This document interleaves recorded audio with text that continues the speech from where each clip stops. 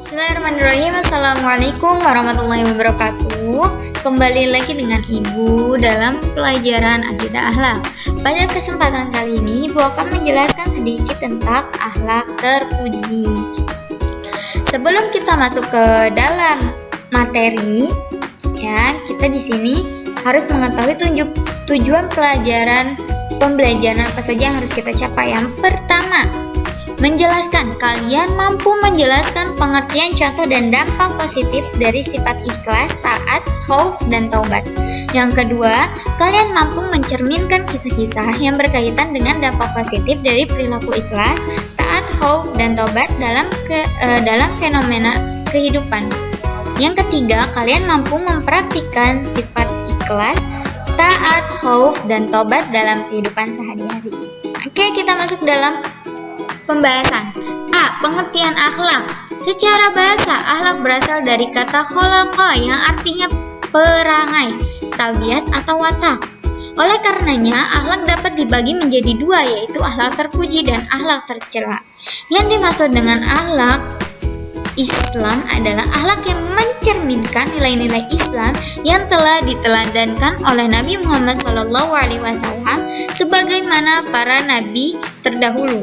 Nabi Muhammad SAW membawa pesan tentang perbaikan dan penyempurnaan akhlak mulia bagi manusia, sebagaimana hadis Nabi Muhammad SAW yang diriwayatkan oleh Abu Hurairah dan Anas bin Malik.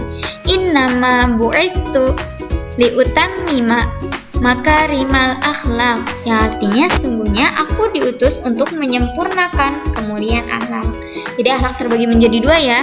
Yang pertama ada akhlak terpuji, yang kedua adalah akhlak tercela, ya.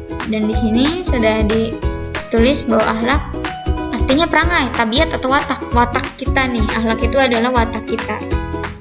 Menurut hadis di samping, ya, hadis yang tadi Ibu udah bacakan, tugas utama diutusnya Nabi Muhammad SAW adalah untuk menyempurnakan akhlak. Misi tersebut tentunya tidak dapat dilaksanakan oleh sembarang orang yang tidak memiliki kemuliaan akhlak. Jadi, misi untuk penyempurnaan akhlak itu hanya diberikan kepada orang-orang tertentu, yaitu orang-orang yang memiliki kemuliaan akhlak. Selain orang-orang yang terpilih oleh Allah Subhanahu wa Ta'ala tidak akan mendapat kesempatan tersebut. Hanya Nabi Muhammad SAW yang mampu mengemban amanat yang demikian beratnya. Terbukti dengan tidak adanya fakta sejarah mencatat perbuatan buruk yang dilakukan oleh Nabi Muhammad SAW dalam kehidupannya.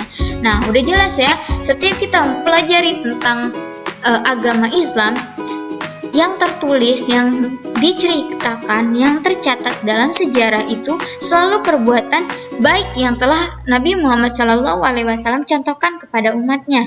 Tidak ada satupun akhlak tercela yang beliau tunjukkan kepada umat-umatnya. Jadi Nabi Muhammad itu sebaik-baiknya makhluk. Ya, sebaik-baiknya makhluk. Beliau orangnya ramah, baik, dan itulah contoh perilaku akhlak terpuji yang Nabi Muhammad SAW contohkan kepada umatnya. B. Contoh akhlak terpuji. 1. Ikhlas. Ikhlas berasal dari bahasa Arab yang artinya memurnikan. Dari pengertian tersebut dapat dijelaskan bahwa ikhlas adalah memurnikan setiap perbuatan baik dari kepentingan dan motivasi yang dapat menunjuk ketulusan niat yang semata karena Allah. Allah Subhanahu wa Ta'ala berfirman, "Inna anzalna ilaikal kitaba bil haqqi fa'budillaha mukhlishal lahuddin." Artinya, sungguhnya kami menurunkan kepadamu kitab Al-Quran dengan membawa kebenaran, maka sembahlah Allah dengan memurnikan ketaatan kepadanya. Quran Surat Az-Zumar ayat 2. Orang yang ikhlas tidak mengharapkan pamrih apapun dari orang lain di setiap perbuatan baiknya. Oleh karena itu, mereka tidak pernah membeda-bedakan manusia dengan berbagai ukuran yang dimilikinya. Bagi mereka, semua orang adalah sama. Seorang mukhlis, ya, atau orang yang ikhlas, orang yang memiliki sifat ikhlas, tidak akan pernah mengharapkan apapun kecuali ridho Allah Subhanahu wa Ta'ala yang menjadi tujuannya. Di sini Jelas ya, contoh akhlak terpuji yang pertama adalah ikhlas. Kalian harus ikhlas, nggak boleh pamrih, nggak boleh kalian melakukan suatu hal itu karena ingin dilihat oleh orang lain, itu nggak boleh. Itu adalah sifat yang ria, menunjukkan sesuatu ingin dipandang, takabur, sombong, itu termasuk akhlak tercela. Nah, di sini Rasulullah SAW telah mencontohkan satu sifat ikhlas. Ikhlas itu jadi ikhlas itu kalian itu lapang hati, lapang dada. Itu lapang dada. Kalian melakukan suatu hal itu dengan ikhlas tanpa pengharapan pujian dari orang lain. Ciri-ciri orang yang memiliki sifat ikhlas diantaranya sebagai berikut. Yang pertama, suka menolong orang yang sedang membutuhkan, baik diminta maupun tidak diminta untuk membantu. Orang-orang yang memiliki sifat ikhlas tidak akan merasa berat dalam setiap amal perbuatannya. Yang kedua, tidak suka dipuji oleh orang lain. Orang yang ikhlas akan selalu menyembunyikan perbuatan amal baiknya dalam pandangan manusia. Ibaratkan kita ingin memberi, tangan di atas memberi, tangan kiri jangan sampai melihat. Itu filosofinya ya kalau kita ingin memberi. Yang ketiga, hidupnya selalu tenang karena dekat dengan Allah. Berbeda dengan mereka yang tidak memiliki sifat ikhlas dalam hatinya, mereka akan terus sibuk dengan mencari perhatian manusia agar mendapat pujian yang padahal dapat menghapus pahala kita. Nah ini nih, kalau kita melakukan suatu kebaikan karena pamrih, ingin dipuji, justru Allah akan menghapus pahala yang telah kita peroleh tersebut gitu. Jadi kalau kita mau melakukan suatu hal, kita harus ikhlas. 2. Taat. Taat berasal dari bahasa Arab yang artinya patuh. Perintah untuk taat kepada Allah Subhanahu wa taala banyak sekali kita jumpai dalam Al-Qur'an maupun hadis Nabi Muhammad SAW. Salah satu ayat yang menjelaskan tentang taat adalah sebagai berikut. Ya ayyuhalladzina amanu atii'ullaha wa atii'ur rasul wa ulil amri minkum. Fa in tanaza'tum fi syai'in farudduhu ilallahi wa rasuli in kuntum tu'minuna billahi wal yawmil akhir. Dzalikal khairu ahsanu ta'wila. Yang artinya, hai orang-orang yang beriman, taatilah Allah dan taatilah Rasulnya dan ulil amri di antara kamu. Kemudian jika kamu berlainan pendapat tentang sesuatu, maka kembalikanlah ia kepada Allah atau Al-Quran dan Rasul sunnahnya. Jika kamu benar-benar beriman kepada Allah dan hari kemudian, yang demikian itu lebih utama bagimu dan lebih baik akibatnya. Quran Surat An-Nisa ayat 59. Jelas ya, di sini sudah di dalam Al-Quran sudah tertulis taatilah Allah dan taatilah Rasulnya. Begitu pula ulil amri di antara kalian. Jika kalian bertentangan suatu pendapat, maka kembalikanlah kepada Al-Quran dan hadis. Ya, jadi pedoman kita itu Al-Quran dan hadis gitu. Jadi ketika kita ada suatu permasalahan, maka bukalah Al-Quran dan hadis. Insya Allah di dalam situ ada penjelasan-penjelasannya. Taat merupakan inti ketakwaan bagi manusia. Oleh karena itu, kita harus mampu melaksanakan perintah taat dengan menjalankan setiap perintah Allah dan menghindari setiap larangannya. Kita harus meyakini bahwa di balik setiap perintah Allah terdapat kebaikan dan kemaslahatan yang hendak Allah beri kepada hambanya.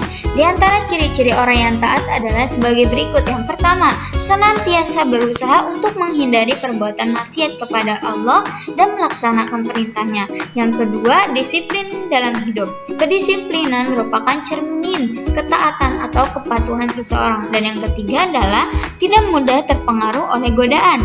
Dalam pergaulan hidup, tidak selamanya seorang teman mengajak kepada kebaikan. Tidak jarang temanlah yang mendorong kita pada kemaksiatan. Jadi pintar-pintar ya, yang namanya cari teman itu harus pintar-pintar. Karena ada teman yang membawa pada kebaikan, ada pula teman yang menjerumuskan kita malah ke dalam kemaksiatan. Jadi kita harus pintar-pintar dalam mencari teman. 3. Khauf. Secara bahasa, khauf berasal dari bahasa Arab yang artinya takut. Secara istilah berarti takut terhadap sesuatu yang dapat menjadikan celaka terhadap diri sendiri maupun orang lain. Sebagai umat Islam, kita harus yakin bahwa kita akan celaka apabila melanggar larangan-larangannya. Di balik setiap perintahnya pasti ada kebaikan yang ingin diberikan kepada hambanya. Jadi kalau kita melanggar peraturan-peraturan yang telah Allah berikan, kita harus memiliki rasa takut, karena setiap pelanggaran yang kita langgar pasti ada timbal baliknya. Jika tidak di dunia maka di akhirat, ya, karena setiap dosa itu pasti ada pertanggungjawabannya. Allah Subhanahu wa taala berfirman, wa amma man khafa maqama rabbih wa nahan nafsa 'anil hawa, yang artinya, dan adapun orang-orang yang takut kepada kebesaran Tuhannya dan menahan diri dari keinginan hawa nafsunya. Quran surat An-Nazi'at ayat 40-41. Orang yang memiliki sifat khauf kepada Allah dalam Islam tidak dimaknai dalam pengertian negatif, karena khauf di sini lebih tertuju kepada atau sebagai langkah awal untuk mengharapkan ridha dan rahmat Allah. Bagi seorang muslim, khauf akan menuntun pada sikap hidup dan perilaku yang berhati-hati agar tidak terpeleset melakukan perbuatan-perbuatan yang dibenci Allah.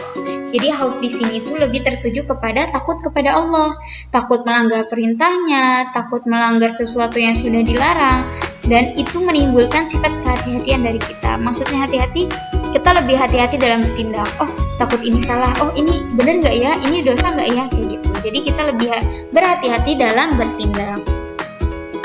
Khauf selalu mengerjakan setiap kewajiban atau perintah Allah dengan rajin. Ya, ini salah satu sifat orang yang memiliki sifat khauf. Takut melanggar setiap larangannya, untuk itu mereka selalu menjauhi setiap larangannya. Kemudian hanya merasa takut kepada Allah dan tidak ada yang ditakuti selain Allah. Itu pasti ya. Qul huwallahu ahad, katakanlah bahwa Allah itu satu, tidak ada Tuhan yang lain selain Allah. Nah, makanya kita harus takut kepada Allah. Nggak boleh kita takut sama setan, takut sama binatang, segala macam. Jangan takut, karena ada Allah yang akan melindungi kita. Kemudian mereka selalu dalam melindungan Allah. Oleh karena itu, jiwa mereka akan selalu menuntun untuk mengerjakan amal kebaikan. Jadi orang yang memiliki sifat khauf, hatinya itu akan menuntun fisik kalian, tubuh kalian itu dalam melakukan kebaikan, kayak gitu.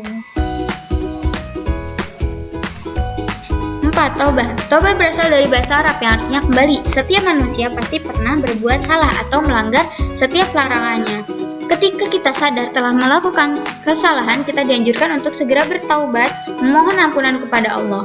Apabila kita berbuat salah kepada orang lain, maka kita harus meminta maaf dan mempertanggungjawabkan perbuatan kita kepada yang bersangkutan. Jelas ya, ketika kita salah oleh Allah, kita bersalah kepada Allah, maka kita harus bertobat. Dan ketika kita berbuat salah kepada manusia, kita harus meminta maaf dan bertanggung jawab atas apa yang telah kita lakukan. Allah Subhanahu wa taala berfirman, "Ya ayyuhalladzina amanu tubu ilallahi taubatan nasuha." Yang artinya, hai orang-orang yang beriman, bertaubatlah kepada Allah dengan taubatan nasuha atau taubat yang semurni-murninya. Quran surat Tahrim ayat 8. Kita harus selalu bertobat bila kita menyadari bahwa perbuatan kita salah. Oleh karena itu, Allah sangat menyukai orang-orang yang menyesal bila melakukan kesalahan dalam hidupnya. Di antara ciri-ciri orang yang bertobat adalah sebagai berikut. 1. Perbuatannya menjadi semakin lebih baik dari sebelumnya. Ya, kalau kita bertobat, yang dulunya kita selalu melakukan keburukan, kedepannya insya Allah kita akan selalu melakukan kebaikan. Tidak merasa dirinya sebagai orang yang paling baik dan paling benar. Jadi kalau orang udah bertobat, kita itu selalu merasa di bawah. Kita nggak pernah merasa di atas, karena kita yakin masih ada orang yang lebih baik dari kita dan orang yang lebih benar dari kita. Mudah memaafkan kesalahan orang lain. Nah, ini ketika kita bertobat, insya Allah kita lebih mudah memaafkan orang lain yang berbuat salah kepada kita, karena memaafkan lebih mulia. Ya, kita memaafkan lebih mulia, walaupun mereka pun tidak meminta maaf kepada kita. Tapi lebih mulia lagi jika kita berani mengucapkan maaf duluan kepada orang lain, padahal kita tahu bahwa kita tidak salah, tapi kita lebih dahulu meminta maaf, itu lebih baik. Yang keempat, rajin beribadah kepada Allah Subhanahu wa taala. Ini pasti ya, ketika kita sudah bertaubat, apalagi taubatan nasuha, insya Allah kita akan semakin dekat kepada Allah dan semakin rajin dalam menjalankan segala ibadah kepada Allah. C. Bentuk perilaku ikhlas, taat, khauf, dan tobat. Ini untuk perilaku ikhlas. 1. Menolong orang tanpa mengharapkan balasan atau imbalan dari orang yang ditolongnya. Ini ikhlas ya, ketika kita ikhlas, kita menolong tanpa kita mengharapkan sesuatu.